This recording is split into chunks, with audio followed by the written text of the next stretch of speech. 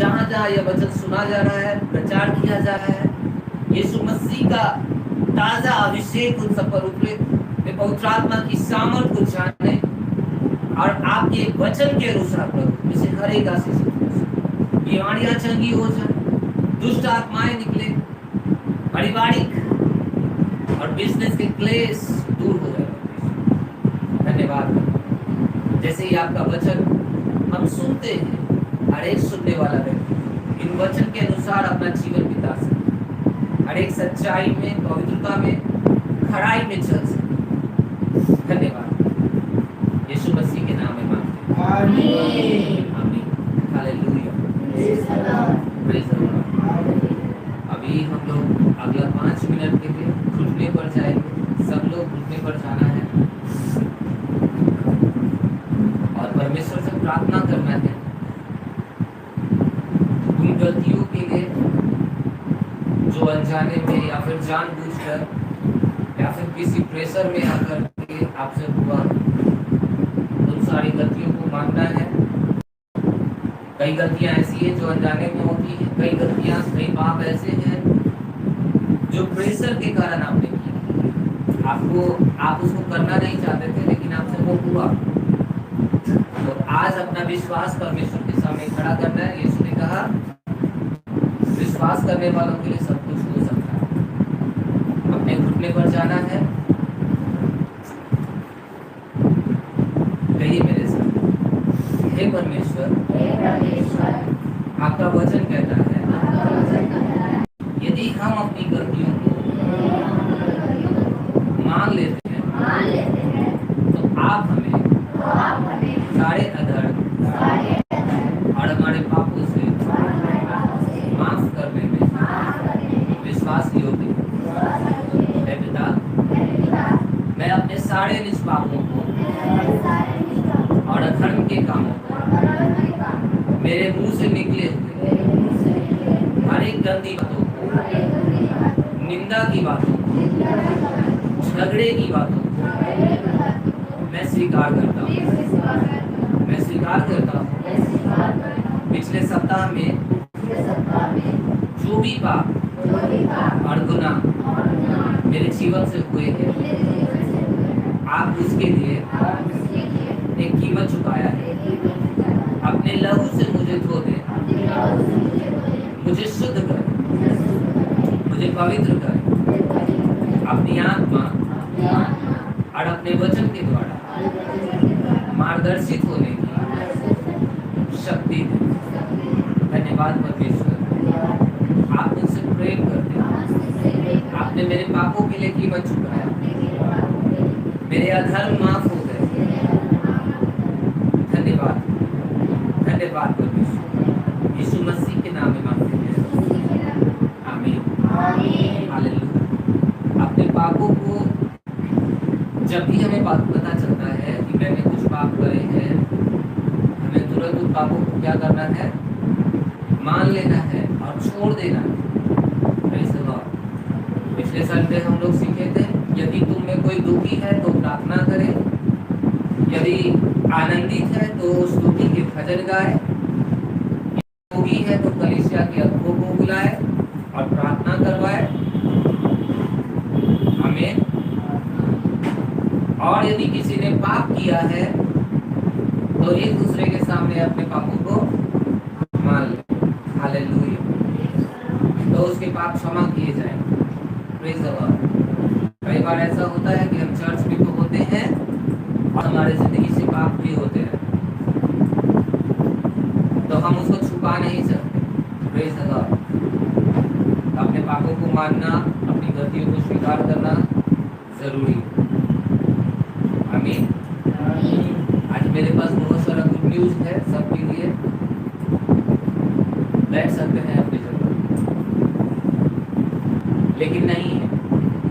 जब कोई अपने परिवार को देखता है तो उनको लगता है कि काश मेरा भी परिवार उसके जैसा होता।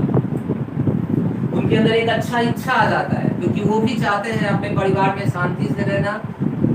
कुछ बच्चे हैं, कुछ जवान हैं, जब अपने माता पिता को देखते हैं और दूसरे के माँ बाप को देखते हैं तो उनको लगता है काश मेरे पिताजी भी इनके जैसे होते, काश मेरी माँ भी इसकी माँ के जैसी होती तो कितना मजा आता, कितना अच्छा रहता।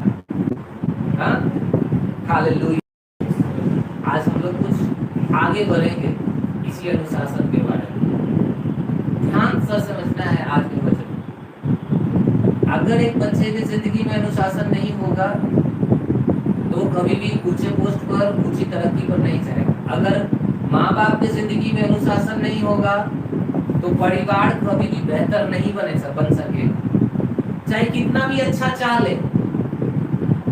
आप चाहते हैं कि आपका परिवार बेहतर हो, आपका परिवार सुखी हो, खुश हो, परिवार में एकता हो, एक दूसरे को सब लोग समझें, तो बुद्धिमान बनना पड़ेगा, अनुशासन लाना पड़ेगा।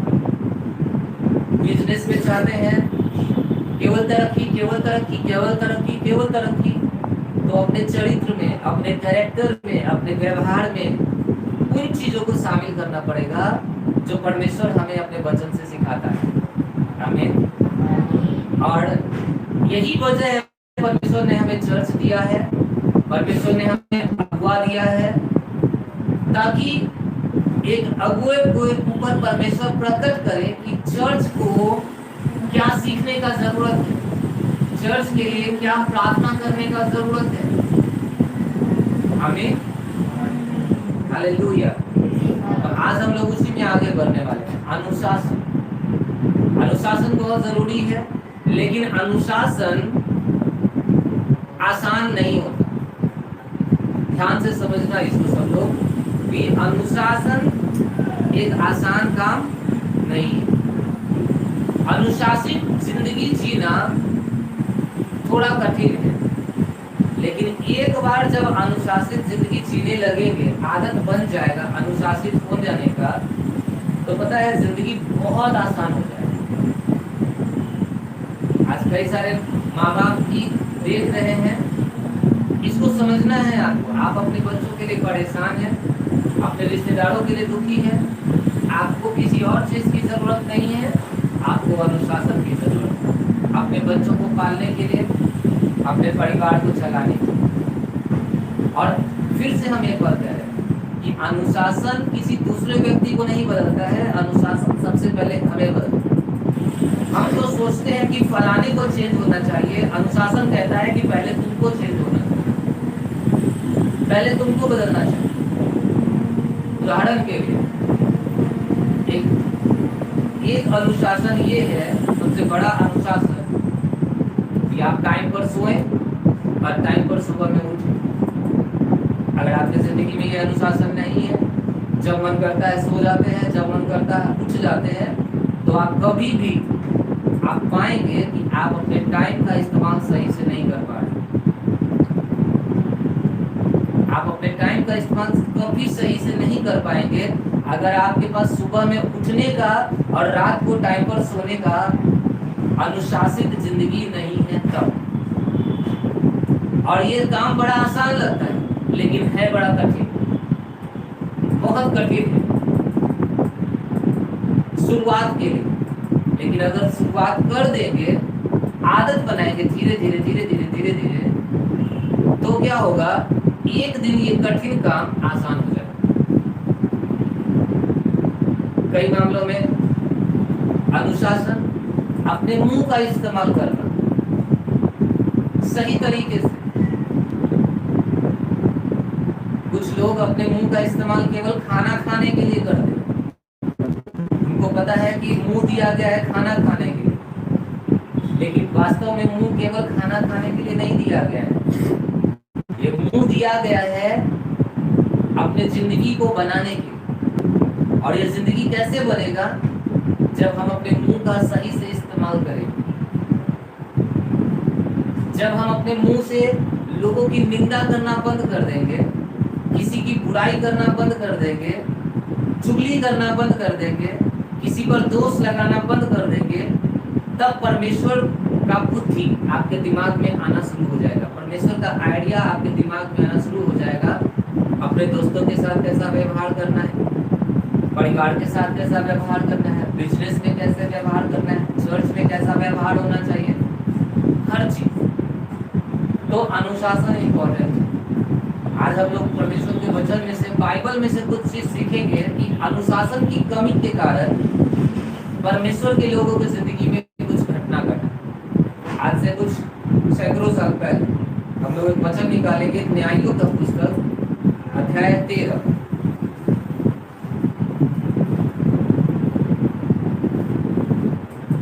कितने लोग डेली प्रार्थना करते हैं? ईमानदारी से अपना हाथ उठाएंगे। ये कितना आसान काम है प्रार्थना करना। यदि तुम दुखी हो प्रार्थना करो, यदि तुम आनंदित हो स्तुति के भजन गाओ, अगर बीमार हो मीटिंग रखवाओ। हालेलुया। अनुशासन जरूरी है। जब चर्च आने का समय है अनुशासन होना जरूरी है। किसी व्यक्ति के कारण आप चर्च ना आए, ये तो बहुत बड़ा मूर्खता है। आइए हम लोग एक वचन को पढ़ेंगे।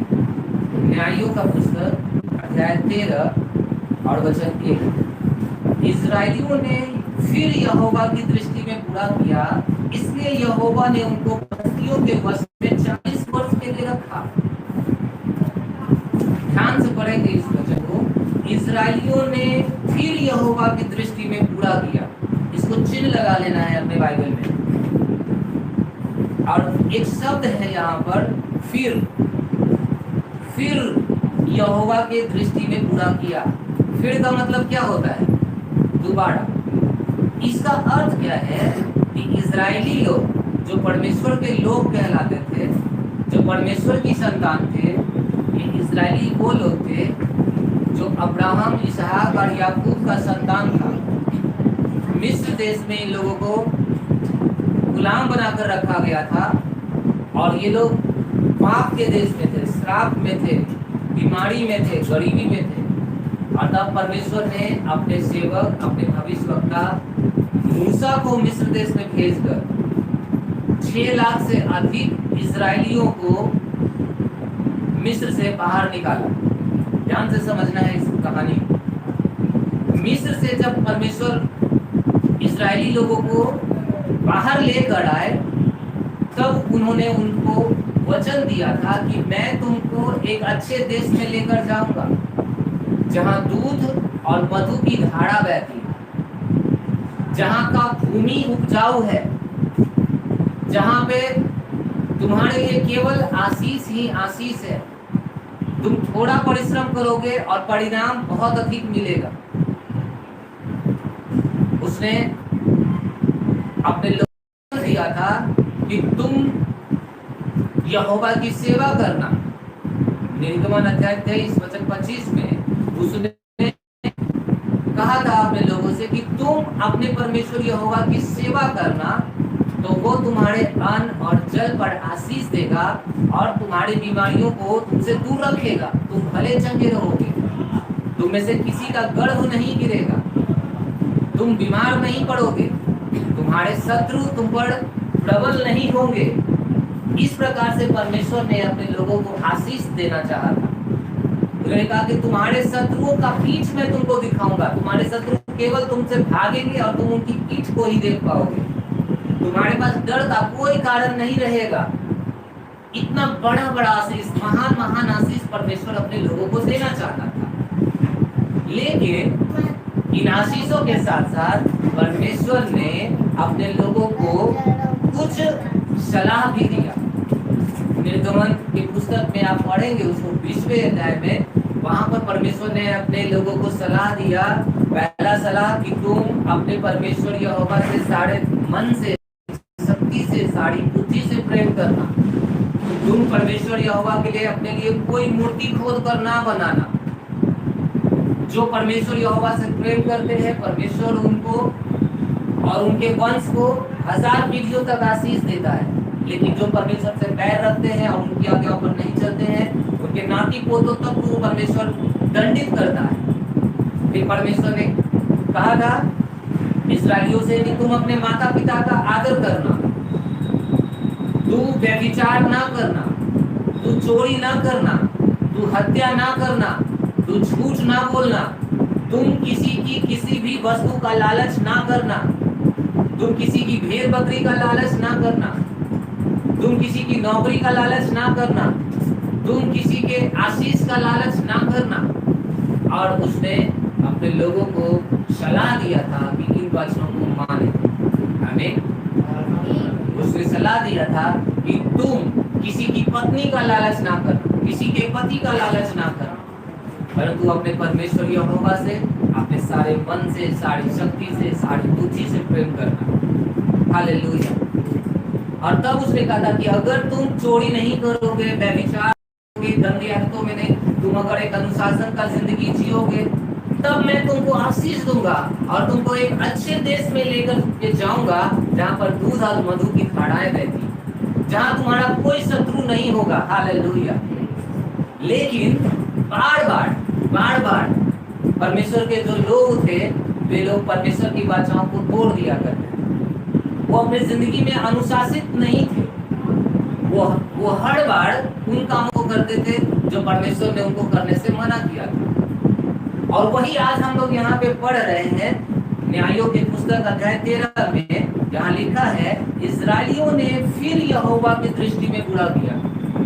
वो कहता है फिर से बुरा किया। इसका मतलब क्या है? पहले भी कई बार बुरा कर चुका था और शायद परमेश्वर ने उनको कई बार माफ किया होगा।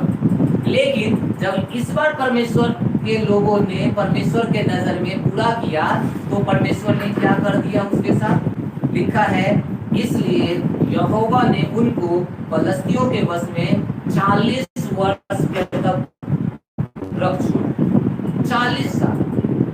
अब ये फलस्ती लोग कौन है आपको पता है? ये फलस्ती लोग इजरायलियों के शत्रु हैं, इजरायलियों के दुश्मन हैं, जो उनसे बड़े शक्तिशाली लोग, जो उनसे बड़े वीर थे। बाइबल कहती है कि परमेश्वर के लोगों ने जब परमेश्वर के नजर में बुरा काम किया, तो परमेश्वर ने अपने लोगों को उनके शत्रुओं के हाथ में कर दिया। कई बार ऐसे मसीही लोग हमें मिलते हैं, मैंने देखा है कि शुरुआत में परमेश्वर ने आपको बहुत अधिक आशीष दिया है, बहुत आशीष, बीमारी से चंगाई, परिवार में शांति, नौकरी, तरक्की, प्रमोशन, बहुत कुछ मिला। लेकिन जैसे उनमें बढ़ रहे थे, 2 साल बाद, 4 साल बाद, 6 साल बाद कुछ ऐसा हुआ कि उनके वापस शत्रु जो थे वो बढ़ गए। ये टाइम में परमेश्वर ने आपके शत्रुओं को आपके जिंदगी से निकाल दिया था, लेकिन अब वो शत्रु आपकी जिंदगी में वापस आ गया है। चाहे वो शत्रु बीमारी का शत्रु है, चाहे वो शत्रु गरीबी का शत्रु है, चाहे वो शत्रु शैतानी है, कोई भी शत्रु हो सकता है। समझ में आ रहा है? हालेलुया। अब बाइबल यहाँ कहती है कि कुछ भी अपने आप नहीं होता। जैसा तुम्हारा विश्वास होगा, जैसा तुम काम करोगे, उसी के अनुरूप तुम्हारे जिंदगी में परिणाम होंगे। इस्राएलियों को परमेश्वर ने क्या किया? हर बार इस्राएली लोग परमेश्वर के नजर में पूरा काम कर रहे थे। हालेलुया।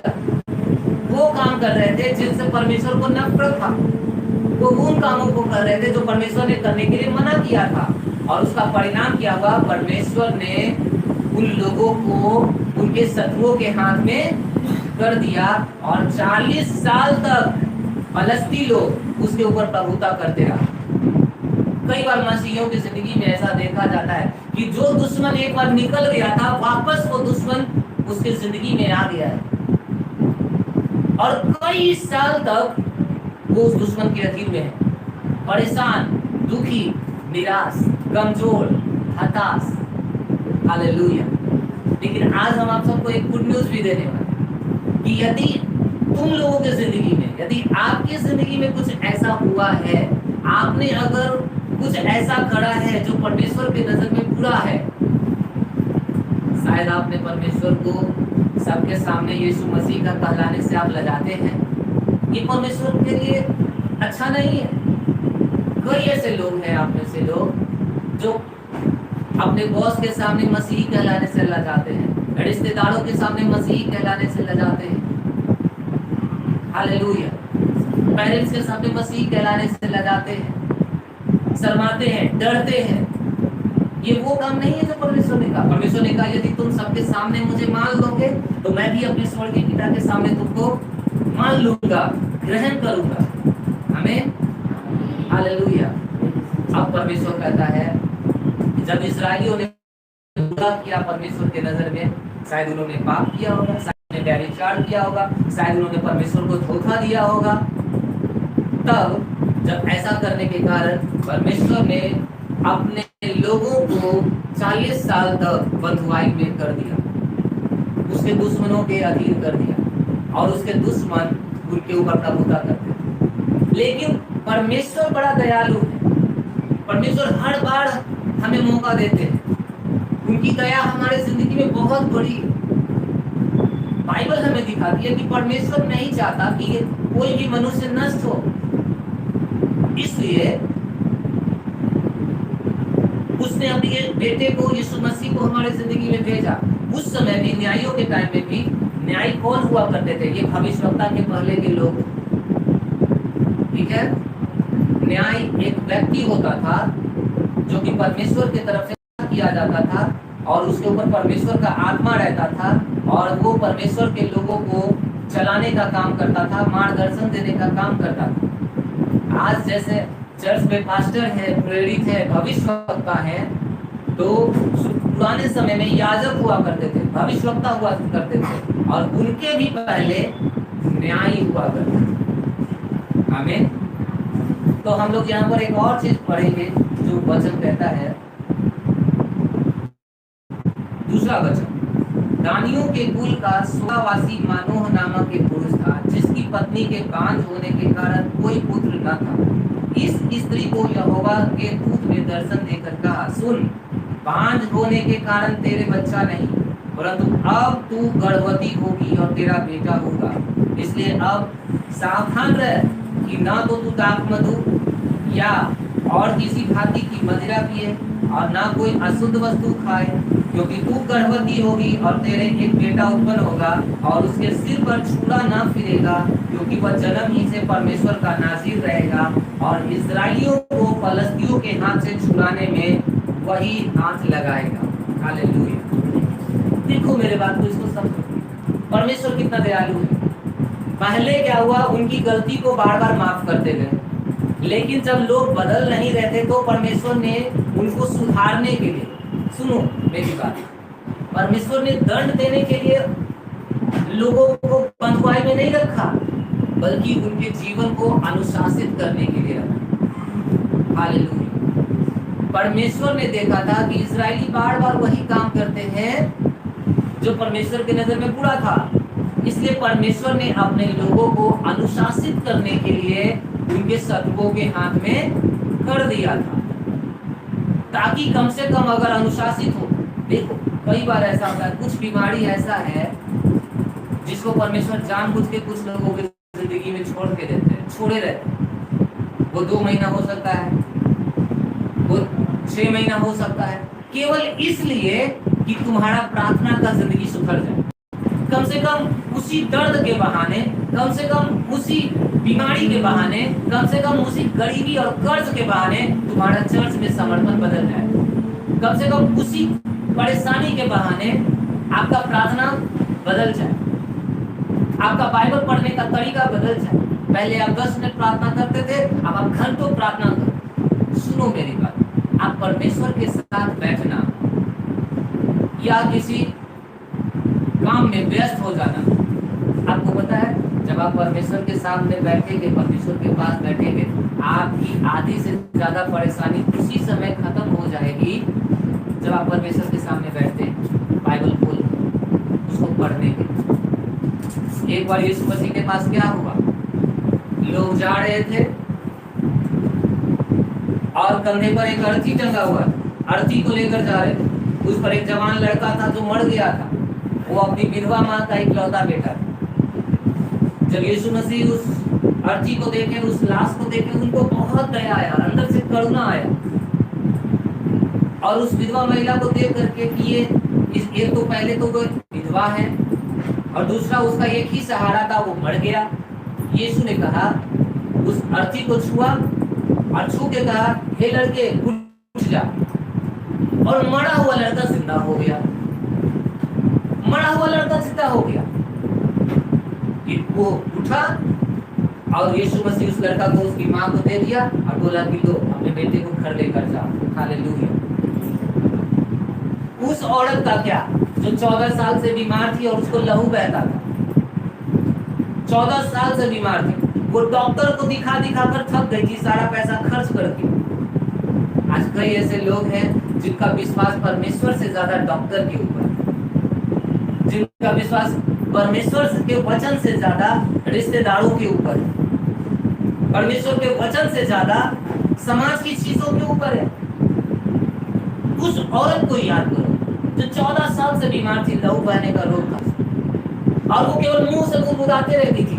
वो ये नहीं गुदगुदाती थी कि कितना साल से हमको बीमार है, कितना साल से लहू बह रहा है। वो ये नहीं गुदगुदाती थी कि मेरा परिवार हमको छोड़ दिया, घर में सब लोग हैं लेकिन वो मेरा ख्याल नहीं रखते। वो ये गुदगुदाती थी कि अगर मैं यीशु मसीह को केवल छू लूंगी, यदि कपड़े के पल्लू को छू लूंगी, काश कि मैं उसको छू पाती। बाइबल कहती है कि उसने कोशिश किया, वो गई, अनुशासित हुई। वो पहले वो ये नहीं सोच रही थी कि प्रभु मेरे घर में आ जाता, काश यीशु मसीह मेरे घर में आ जाते, काश एक मीटिंग कर देते, काश ऐसा हो जाता। नहीं, वो क्या सोच रही थी कि मैं यीशु के पास जाऊंगी, चाहे जो कुछ भी करना पड़े, लोग कितना भी रोके, परिस्थिति कितना भी रोके, परिवार का प्रेशर कितना भी अधिक हो, समाज का प्रेशर कितना भी अधिक हो, पैसे शायद पॉकेट में नहीं है लेकिन मैं पैदल जाऊंगी। हालेलुया। और वो अपने विश्वास को गुदगुदाते थी, मुंह से बोलते रहती थी, यदि केवल छू लेंगे तो हम चंगे हो जाएंगे, मैं छू लूंगी तो चंगी हो जाऊंगी, मैं छू। आपको पता है वो क्या कर रही थी? जब जब वो गुदगुदा रही थी, वो प्रभु से प्रार्थना कर रही थी, वो प्रार्थना कर रही थी, वो पर्सनल प्रेयर था उसका। और क्या हुआ, एक बार उसको मौका मिल गया, रास्ते से यीशु मसीह गए थे, वो आवाज नहीं लगाई कि प्रभु प्रभु मेरे पास आ जाइए। वो सोची कि सच्चा है, मैं उसके पास चला जाऊं। हालेलुया। जब हम प्रार्थना करते हैं हम प्रभु के पास आते हैं, जब हम प्रार्थना करते हैं हम अपना विश्वास यीशु मसीह को दिखाते हैं। लेकिन जब हम अपना समाज की तरफ से सॉल्व करना चाहते हैं तो हम दिखाते हैं कि हमारा विश्वास परमेश्वर पर कम है। हालेलुया। देखो परमेश्वर का प्रेम कितना महान है। उसने, बाइबल कहती है, उस औरत ने पल्लू को छू लिया और उसी समय यीशु मसीह के अंदर से सामर्थ निकला, शक्ति निकला बीमारी को चंगा करने का, और वो औरत उसी घड़ी चंगी हो गई। हालेलुया। उसी घड़ी चंगी हो गई। अब सुनो मेरा, वो उसी घड़ी क्यों चंगी हो गई? उसने अपने जिंदगी में अनुशासन ले आया था। कौन सा अनुशासन? परमेश्वर के घर आने का अनुशासन, परमेश्वर के पीछे चलने का अनुशासन, प्रार्थना करने का अनुशासन। और जब वो अनुशासित हो गई, यीशु ने कहा ठीक है, आज ये तुम्हारे बीमारी का आखिरी दिन होगा। हालेलुया। जब वो अनुशासित हो गया, यीशु ने कहा ठीक है, आज अब तुम्हारे कर्ज का आखिरी दिन होगा, अब तुम्हारे शत्रुओं का आखिरी दिन होगा। हालेलुया। लेकिन जब तक आप अनुशासित नहीं होंगे, आप बार बार बुरा काम करोगे, परमेश्वर आपको कुछ समय के लिए बीमारी के नीचे छोड़ देगा, कुछ समय के लिए निराशा के नीचे छोड़ देगा। क्यों? ताकि आप अनुशासित हो। आपके लोग आपका मदद करना बंद कर देंगे, कोई आपकी सहायता नहीं कर रहा है, तब समझ जाओ कि परमेश्वर आपका मदद करना चाहता है। जब लोग आपकी नहीं सुनना चाहते हैं, तब समझ जाओ कि परमेश्वर आपका मदद करना चाहता है। मत सोचो कि मम्मी पापा क्या सोचेंगे, मत सोचो कि पति पत्नी क्या सोचेंगे, रिश्तेदार क्या सोचेंगे। परमेश्वर आपसे प्यार करता है। उस समय में क्या हुआ? इजरायली लोग परमेश्वर की नजर में बुरा किए, तब परमेश्वर ने उनको उनके शत्रुओं के हाथ में कर दिया ताकि वो अनुशासित हो जाए। अब तो कम से कम अनुशासित हो जाओ मेरे भाई। अब तो तुम्हारा शत्रु तुम पर हावी हो गया है, अब तो प्रार्थना करने वाले बनो, अब तो गवाही देने वाले बनो, अब तो परमेश्वर यहोवा की आराधना करने वाले बनो। आमीन। और इसके बाद क्या हुआ, 40 साल तक वो लोग बंधुआई में रहा, लेकिन परमेश्वर ने उनको उस स्थिति में नहीं छोड़ा। पॉइंट समझने वाले, पहला पॉइंट जो समझे हैं वो ये, यदि आप परमेश्वर के नजर में गलत काम करोगे तो परमेश्वर आपके शत्रुओं के हाथ में आप कर सकता है, ताकि आप अनुशासित हो जाए, ताकि आपका जिंदगी बदले, आपका नजरिया बदले। सुनो मेरा, संसार पर भरोसा रखना अच्छा है, लेकिन उससे कहीं अधिक भरोसा परमेश्वर पिता के ऊपर। मसीही कहलाने का मतलब केवल ये नहीं है कि हम केवल सुसमाचार के प्रचार के लिए उठे, हम केवल दिन भर यीशु यीशु करते रहे, नहीं। मसीही कहलाने का अर्थ ये है कि हम उस पर अपने सारी परेशानियों के लिए भरोसा करें, और कोई भी प्रेशर हो, किसी भी प्रकार का दबाव हो, हम पाप में ना जाएं, हम गलत रिश्तों में ना जाएं, गलत संगति में ना फंसे। समझ में आ रहा है? किसी भी प्रकार का दबाव हो,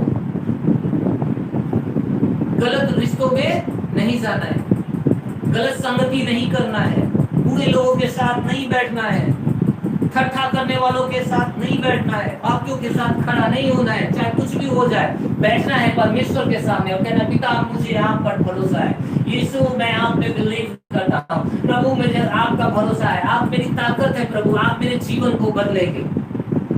अगर आप बीमार हैं तो आप प्रार्थना में बैठेंगे और कहेंगे कि प्रभु मैं विश्वास करता हूँ कि यीशु मसीह के कोड़े खाने के द्वारा मैं चंगा हो गया हूँ, मैं अपने पापों को छोड़ता हूँ प्रभु, मैं अपना विश्वास दवाई पर से हटाता हूँ, मैं अपना विश्वास रिश्तेदारों के सुझाव पर से हटाता हूँ, कृपया आप मुझे सुझाव दीजिए। हालेलुया। समझ में आ रहा है? ऐसे करना है, प्रार्थना करना है। तुम्हारे फैमिली का प्रॉब्लम आज खत्म करेगा परमेश्वर कह रहे। जितना भी परिवार का प्रॉब्लम है वो सारा पारिवारिक प्रॉब्लम आज और इसी समय यीशु मसीह खत्म कर रहा है, यीशु के नाम में। हम ऐसे ही नहीं करेंगे। पवित्र आत्मा हमको कल रात को ही पवित्र आत्मा बताया था कि जितने लोग कल चर्च में आएंगे और इस वचन को सुनने वाले हैं, वे सब लोग, उनका पारिवारिक प्रॉब्लम नष्ट होने वाला है, खत्म होने वाला है, तो परमेश्वर नई चीजों को करने वाला है, महान आशीष लेके आने वाला है तुम्हारी लाइफ, जितना भी फैमिली प्रॉब्लम। हालेलुया। परमेश्वर ने एक बांझ को चुना। एक बांझ का मतलब पता है? अब परमेश्वर ने उसी को क्यों चुना कि सिमसोन को जन्म दे? कई ऐसे लोग होते हैं जब बुरी परिस्थिति होती है तो वो हार मान जाते हैं, वो कुरकुराने लगते हैं, वो सामाजिक और संसारिक उपाय ढूंढने लगते हैं। क्या आप संसारिक उपाय ढूंढने वाले एक व्यक्ति हैं? अगर हाँ तो आज पश्चाताप करें। परमेश्वर एक अच्छी महिला को, एक स्वस्थ महिला को भी चुन सकता था जिससे सिमसोन पैदा होता। सिमसोन एक न्यायी बना, परमेश्वर का दूत बना, और उसने इस्राएलियों को फलस्तियों के हाथ से छुड़ाया था। लेकिन सिमसोन को जन्म देने के लिए एक बांझ औरत को क्यों चुना परमेश्वर? एक बहुत बड़ा बात। कितने लोग जानना चाहते? सुनो, सबसे बड़ी बात, बाइबल कहती है कि परमेश्वर ने जगत के मूर्खों को चुन लिया कि जो बुद्धिमान है उनको लज्जित करे। परमेश्वर ने जगत के गरीबों को चुन लिया कि जो धनी है उनके सामने परमेश्वर अपनी महिमा दिखाए। वो परमेश्वर ने तुच्छ लोगों को चुन लिया ताकि जिनका कोई नाम नहीं है, जिनका कोई पहचान नहीं है, परमेश्वर उनको सम्मान दिलाए। हालेलुया। और वो बड़े लोगों को अपमानित करे। बड़े लोगों का मतलब कौन लोग? वे लोग जो संसारिक चीजों पर भरोसा रखते हैं, जो धन पर भरोसा रखते हैं, जो बड़े बड़े लोगों के ऊपर भरोसा रखते हैं, जो प्रधान लोगों के ऊपर भरोसा रखते हैं। समझ में आ रहा है मेरा बात? कई ऐसे लोग हैं जो प्रधान लोगों के ऊपर भरोसा रखते हैं। उनको लगता है अगर मेरा कांटेक्ट अगर वीडियो साहब से हो गया ना तो बहुत बड़ा बात है, चाहे उसके लिए क्यों ना करना पड़े। हालेलुया। लेकिन परमेश्वर कहता है कि परमेश्वर ने जगत के मूर्खों को चुना, तुच्छ लोगों को चुना, गरीब लोगों को चुना, उसने मुझे चुना, उसने आपको चुना ताकि परमेश्वर अपनी महिमा दिखा सके। यही काम उस समय उसने एक बांझ औरत को चुन के किया था, एक बांझ जिसका बच्चा नहीं हो रहा था। सुनो मेरी बात, एक औरत जो परमेश्वर से मांग रही थी एक आशीष वर्षों से, लेकिन उसके पास वो आशीष नहीं मिला। अब क्या लगता है कि औरत के पास, जिसके पास बच्चा नहीं होता, उसका पति उससे प्यार करता है वैसे जैसे वो करना चाहिए? नहीं करता। उसके रिश्तेदार उसको हमेशा अपमान करते।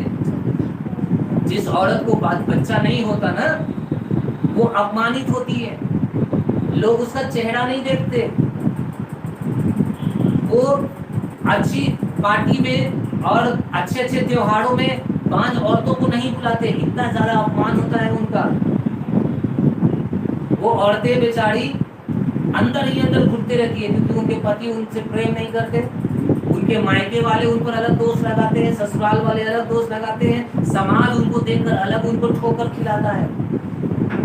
अब ये जो पुरुष था माने और उसकी पत्नी अपमानजनक स्थिति में भी परमेश्वर का सेवा करना नहीं छोड़ा था।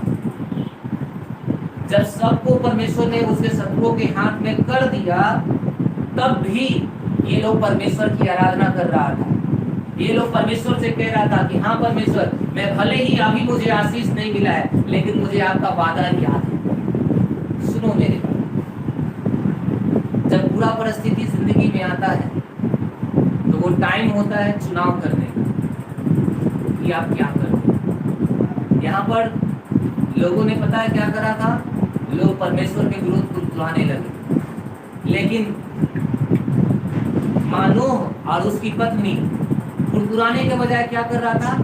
प्रार्थना कर रहा था। वो कह रहा था प्रभु मुझे आपका भरोसा है, आप मेरा गर्भ खोलेंगे, मुझे आप बच्चा देंगे, मुझे पता है परमेश्वर आप मेरी बदनामी को दूर करेंगे।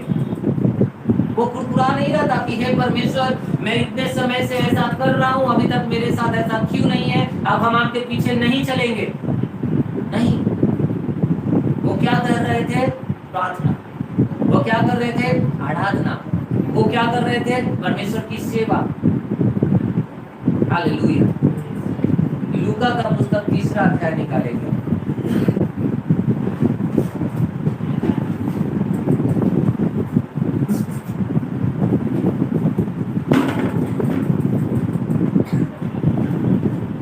लूका का पुस्तक अध्याय 2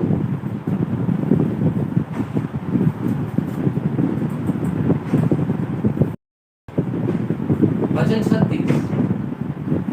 आशेर के गोत्र में से हन्नाह नामक फनूएल की बेटी एक भविष्यद्वक्ता, वह बहुत बूढ़ी थी और विवाह होने के बाद 7 वर्ष अपने पति के साथ रह पाई।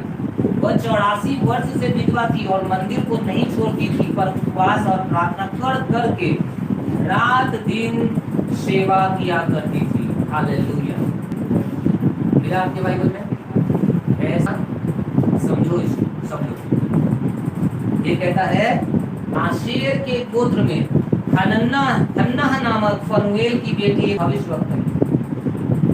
अब यहाँ पर हम लोग एक औरत के बारे में पढ़ रहे हैं जो कि एक भविष्यवक्ता थी, जिसके ऊपर परमेश्वर का अनुग्रह था, वो भविष्यवाणी करती थी। लेकिन इसके साथ एक परेशानी था। परेशानी क्या था? वो बहुत बूढ़ी थी। ध्यान देना है, वो क्या था? बहुत अधिक बूढ़ी थी, यानी कि उसका उम्र काफी हो गया था। दूसरा परेशानी उसके साथ क्या था? विवाह होने के बाद वो 7 वर्ष अपने पति के साथ रह पाई थी, केवल 7 साल, केवल 7 साल। अब सोचिए जरा इस बात, अगर उसका शादी अगर 20 या 22 साल की उम्र में भी हुआ होगा तो लगभग 30 साल का होते होते वो विधवा हो गई।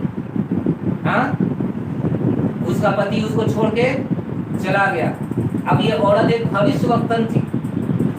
अब आपको पता है ऐसी स्थिति में क्या हुआ होगा उसके साथ? एक भविष्यवक्ता का पति मर गया, क्या लोग उसके ऊपर उंगली नहीं उठा रहे होंगे कि क्या हुआ जी, तुम्हारा पति मर गया, तुम तो दूसरों का भविष्य बताती थी, अपना भविष्य का क्या हुआ? क्या तो मजाक उड़ाता होगा कि नहीं उड़ाता होगा? हाँ, उसका अपमान होता होगा कि नहीं होता होगा। लेकिन इस औरत को देखिए, बाइबल कहती है वो 84 वर्ष से विधवा थी, 84 साल से। हम बता रहे हैं इस वचन के द्वारा परमेश्वर हर एक विधवापन को दूर करेगा और किसी के भी, आप में से किसी के भी लाइफ में आकस्मिक मृत्यु नहीं होगी यीशु मसीह के नाम में। किसी का पति समय से पहले नहीं जाएगा, किसी की पत्नी समय से पहले नहीं जाएगी यीशु मसीह के नाम में। क्योंकि आप परमेश्वर की सेवा करोगे, आप परमेश्वर के नाम को ऊंचा करोगे। आमीन। ये कहता है ये औरत 84 वर्ष से विधवा थी, लेकिन फिर भी ये चर्च को नहीं छोड़ती थी। ये चर्च को, सब लोग इसका मजाक उड़ाता होगा, लेकिन फिर भी ये चर्च नहीं छोड़ती थी।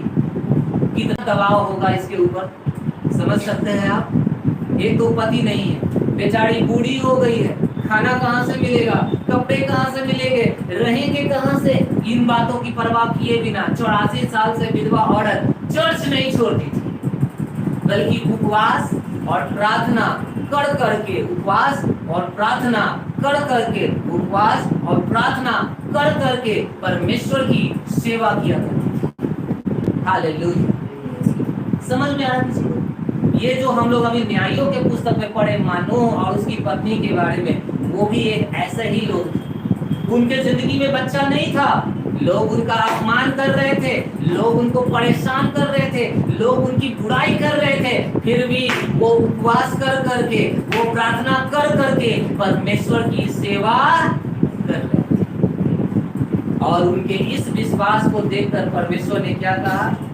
इजरायली लोगों को छुड़ाने के लिए मैं तुमको आशीष दूंगा। अब जो तुम बांझ हो, अब तुमको बेटा पैदा होगा। हालेलुया। समझ में आ रहा है किसी को? जब आपका जिंदगी अनुशासित हो जाएगा, परमेश्वर कहेगा बेटा अब खत्म, अब मायूसी का टाइम खत्म, अब गरीबी का टाइम खत्म, अब कर्ज का टाइम खत्म, अब आशीष का टाइम शुरू। हालेलुया। अब बदनामी का टाइम खत्म, अब आदर का टाइम शुरू। लोग पहले बदनाम कर रहे थे, अब लोग आदर करना शुरू करेंगे। हालेलुया। जब आप दर्शन से जुड़ जाना है, क्या करना है?